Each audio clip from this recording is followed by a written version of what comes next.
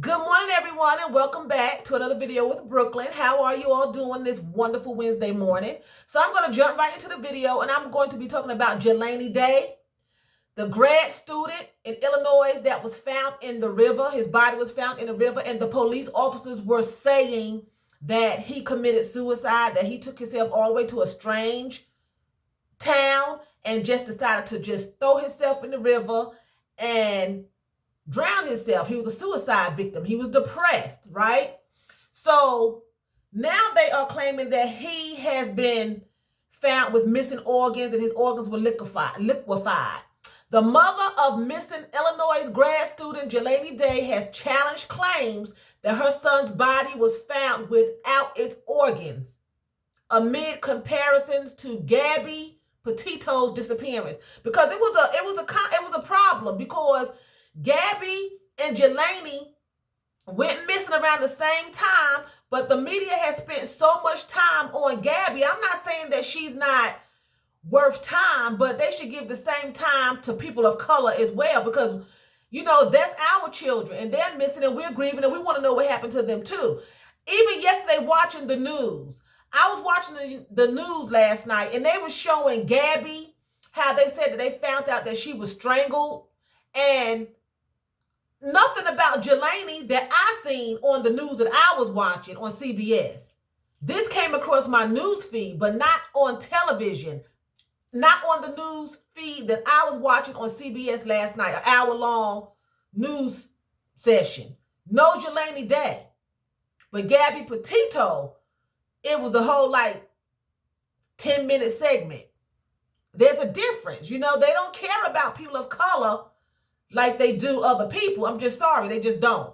Okay, so Jalini, who studied at Illinois State University, went missing on the 25th of August, okay? He was last seen walking away from his campus in Illinois. It says, citing both Jalini's mother, Carmen Bolden Day, and her attorney, Hailey M. Benza, an initial report in the Chicago Sun-Times suggested that his body was found without organs, which were allegedly liquefied. The autopsy conducted by LaSalle County coroners also found a number of missing teeth, and that Jalini's body allegedly had no eyeballs. It was alleged. A further autopsy said his jaw had been sawed out. Miss Day, following a funeral service on Sunday, said in a statement that her son's body had not been missing organs and ruled out suicide or organ harvesting, okay, as another news website had reported. No organs were missing. I do not want to stray off from the facts, she was reported saying. There were contradicting facts from the first preliminary autopsy compared to the second independent autopsy. She continued by saying that it was not a case of organ harvesting, and neither did her son put himself in a river.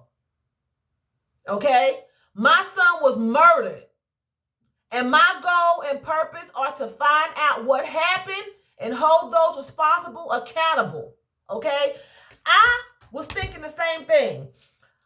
A subscriber sent me this video, and the young man on the video was talking about harvesting and how they had found Jalini without any eyes, and it was a sad case, how he was missing teeth, he was missing all kind of body parts, and he had a list of arms going for a couple of thousand, a foot going for a couple of thousand, the brain goes for so many thousands, and people are doing this for extra money. You can't even send your loved ones to a funeral home without them taking organ parts out and stuffing your loved ones with newspaper. That happened years ago to someone's son, and it's sad you can't even trust that if you're not an organ donor, that they will leave everything in place. They'll take them regardless whether you're an organ donor or not. But in this particular case here, everyone, the media and people on, social media are saying that he was found without his organs. I thought to myself, before I decided to do this article, I thought to myself, his mother has buried him. He was found in September. Why is it just now coming out in October that he was missing organs and they were liquefied and he didn't have any eyeballs? When they first found him, that was not said. They did an autopsy, as the mother's saying. She was allowed to bury her son. They ruled it a suicide. Now, if it's a suicide, how can you take your eyeballs out, liquefy all of your own organs, and cut off body parts? So something is not adding up, because when they first found him, this would have been the first thing that they would have said. They said this young man drowned himself. He died from drowning. Okay? Now, again, if someone took his organs out and murdered him, would that not have been the first thing that the media would have been discussing? Jalini Day's body was found September 24th or whenever he was found, and his body parts were missing. His eyeballs were plugged out. His organs were liquefied. None of that came up. It's just now coming up after or the funeral time. And y'all is getting pretty warm. But I'm just not understanding how that's possible for that to slip by the media. It's been almost a month. It's been almost a month, and the mother is saying that it's just not true. And it's like they're trying to put a spin on this young man's death. They're not giving it enough media. Every now and then you'll see something about Jalini Day. Every now and then. But Gabby Petito, it's like, it's all on all social medias. It's all on all the newscast stations. It's on what you call it, current events, all these little news things and TMZ and all this. But Jalini Day is like every so often. And the mother had to push that. She had to push that to get her son some recognition. She had to push it. And it's just sad. I don't know. The mother is saying that is not true. Now, if this did happen to her son, it had to happen during the time that he was murdered. So when they found his body, he would have been mangled and open and liquefied, and that's how they would have found her baby. They found her baby whole. That's what I'm going to assume. They found him whole. Nothing was missing. A wallet and his clothes. They found his car. They found his wallet thrown somewhere. His clothes was taken off of him. But his body was in place. So now where is it coming that it was liquefied? Where? Because she buried her son, and she's saying that she did not bury her son like that. She said it was not a case of organ harvesting. Now, I know on social media they are doing videos saying that it was a case of of organ harvesting, and his eyes was missing. His mother saying it's not true. So, I'm going to tend right now to lean to the mother.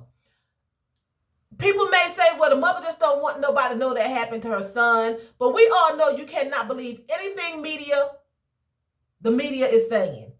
You just can't believe anything that they say, especially when it comes to people of color. It's sad to say, but they will put you in a position that you are not in. Just like they said that he was suicidal. He was depressed. They'll kill another person of color and they'll say that they shot him down and killed him because he was dealing drugs. Wasn't no drugs around. It's just sad to say. You don't know what to believe when it comes to us and our children. You just don't know what to believe when it comes to us, our husbands, our men. It's sad. And I would hate that this would have happened to this young man, but the mother and her lawyer are disputing it. They say it is not true. They saying that his organs were not liquefied and his eyes was not missing. The media is saying that they were. So, and there were 2 autopsies, the county, and then she did an independent autopsy. And she said both autopsies were different. That's what she's saying. So I guess one autopsy place ruled suicide. The other autopsy ruled not a suicide. And somewhere in between there, somebody supposedly stole his eyes and his organs to sell at a harvesting site. And the mother saying that's just not the case. So I am really curious to see what unfolds because, you know, they could exhume his body, but the mother laid him to rest. But they could exhume his body and look and see how the funeral home buried him. What did the funeral home do? Because a lot of times, the funeral homes and hospitals will gut you and make profit on your body parts and bury you. You know, your kidney, your liver, your heart, your brain, your eyes, teeth. I mean, who would want teeth? But I mean, and especially if you are an organ donor, then your family would expect it. But they are taking body parts from people who are not organ donors. And they are taking hands and feet, legs, genitalias, ears. They're taking all parts of bodies. Now, I was talking to a woman that I work with. She's from Liberia. And she said a lot of times they are taking those other body parts like fingers and feet and legs and stuff to work rituals. That's what they do in her country. That's what she told me yesterday. They do that. They take those, they will kill you and take body parts and use them for witchcraft, you know? So I'm just curious to see what's going to come out of this. And I don't blame the mother. She need to fight to the death because nobody else going to care about your children or you like you do. You need to fight, you know? And parents need to, you know, support their children and stick by their children, whatever the decision that they make. You know, long as it's not a decision that's going to harm them and kill them, encourage them to do things, encourage them to have a life. You know, love your children. You know, society already comes down on our children, our young men, our young women. You know, they already come down on them. They don't need to come home and get ran down too. You know, support them, encourage them to live life, encourage them to have a nice life, because at this day and point, you don't know when the life's going to end. And it is true. Even though they lied and said he committed suicide, you don't know what someone is thinking because things are hard every day. Support your children. Don't just send them off in prayer. You know, you better pray. We are supposed to support our children and our loved ones. That's what we're supposed to do. You're supposed to pray for them. You're supposed to give them encouragement, not discount everything that they do and run. I'm not saying that she did that. I'm just giving that as an encouraging word. You know, sit back and think. You have family members and children and husbands and wives who go through things on a daily basis sometimes you don't even know about. And when something happened to them, then you have regret. You know, and I'm sure she may not have had regret because she seemed to have had a wonderful son and she loved her son. But I'm just saying, we have to encourage each other, fight for each other. She's fighting for her son and fighting for your child. Don't just fight for them when they're dead. You need to fight for them when they're living. And fighting for them is giving them a good life, encouraging them to go on and have a good life. Go to school, have things, travel, you know. Have a wonderful life, because at the end of the day, you don't never know when someone's life is going to end. We don't have that inside scoop, you know, and sometimes you're forewarned, sometimes you're not, you know, but live life like you just don't know. Okay. So there's no outfit of the day. I just got on a red dress. I've worn this dress before. So anyway, you all have a wonderful Monday. And with that being said, I'm going to say vielen Dank. That's thank you very much in German. So vielen Dank for watching me. And choose, that's what? That's bye in German.